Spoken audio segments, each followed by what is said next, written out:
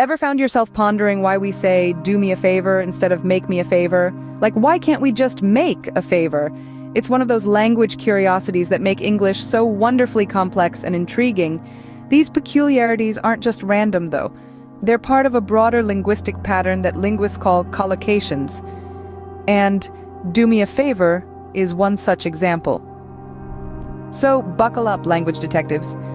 Today, we delve into the fascinating world of collocations to resolve this mystery. First, we need to understand what collocations are. Picture this. You're learning a new language and you come across phrases that just seem to always stick together like peas in a pod. These are collocations, my friend. Collocations are pairs or groups of words that are often used together, creating a particular meaning that's different from the meanings of each word by itself. They are the unsung heroes of language learning, adding that natural touch to your conversations. Think of phrases like fast food, make a decision, or pay attention. These words just feel right together, don't they? That's because they are collocations. They've been used together so frequently in the language that they've become a sort of package deal. Understanding and using collocations can really help you sound more fluent and natural in a new language. They add color and context, making your sentences more meaningful and easier to understand. So, to put it simply, collocations are words that frequently go together, much like our earlier example, do me a favor. Now let's unravel why do me a favor is more widely accepted than make me a favor. You see, the phrase do me a favor is what we call a collocation. That's a fancy term we use to describe words that typically go together, and do and favor have been going steady for quite some time. They're like two peas in a pod, you rarely see one without the other. But why is that? Why not make me a favor? It all comes down to how English has evolved over centuries and the patterns that have emerged. Do is often used in English for actions, tasks, or duties. On the other hand, make is typically used for creating or producing something. So when you ask someone to do you a favor, you're asking them to perform an action or task. Now, this isn't a rigid rule. There are exceptions, of course.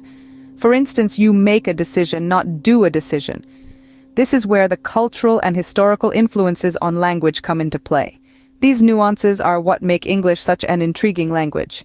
The collocation do me a favor is a product of these influences and has been ingrained in our language use. It's more than just a set of words. It's a reflection of our history, culture, and the way we think. Therefore, do me a favor has become an unbreakable collocation in English that we use without even thinking. Collocations, as we've seen, are quite powerful. They're the secret ingredient that can transform your English from textbook to natural. Just think about it. Imagine you're trying to ask someone to help you. You could say, can you do assistance for me? But doesn't can you do me a favor sound more fluid, more authentic? That's the magic of collocations. They're the combinations of words that native speakers use without even realizing. When you start using them, you'll find that your conversations flow more smoothly and you'll be understood more easily. In addition, using collocations correctly can significantly boost your confidence. When you sound more like a native speaker, you feel more like a native speaker. It's a virtuous cycle that leads to constant improvement. So, don't underestimate the power of these seemingly simple word pairs. They are the keys to unlocking a whole new level of English proficiency. Clearly, mastering collocations can take your English skills to new heights. We've ventured far into the realm of collocations today. This language mystery, once elusive, has been unraveled before our eyes. We've delved into the heart of what collocations are, words that frequently go together, forming a pair more natural than randomly paired words. Remember how we explored the example of do me a favor? It's a common phrase you've likely used without realizing you were employing collocation. We also examined the weight collocations carry in language learning. They're not just a language quirk, but a powerful tool that can elevate fluency and comprehension. Collocations help you sound more natural, more like a native speaker, and understanding them can greatly enhance your language skills. So it's not just about learning new words.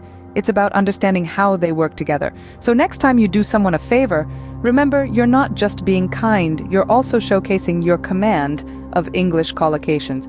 If you enjoyed this lesson on collocations, be sure to like and subscribe to this channel.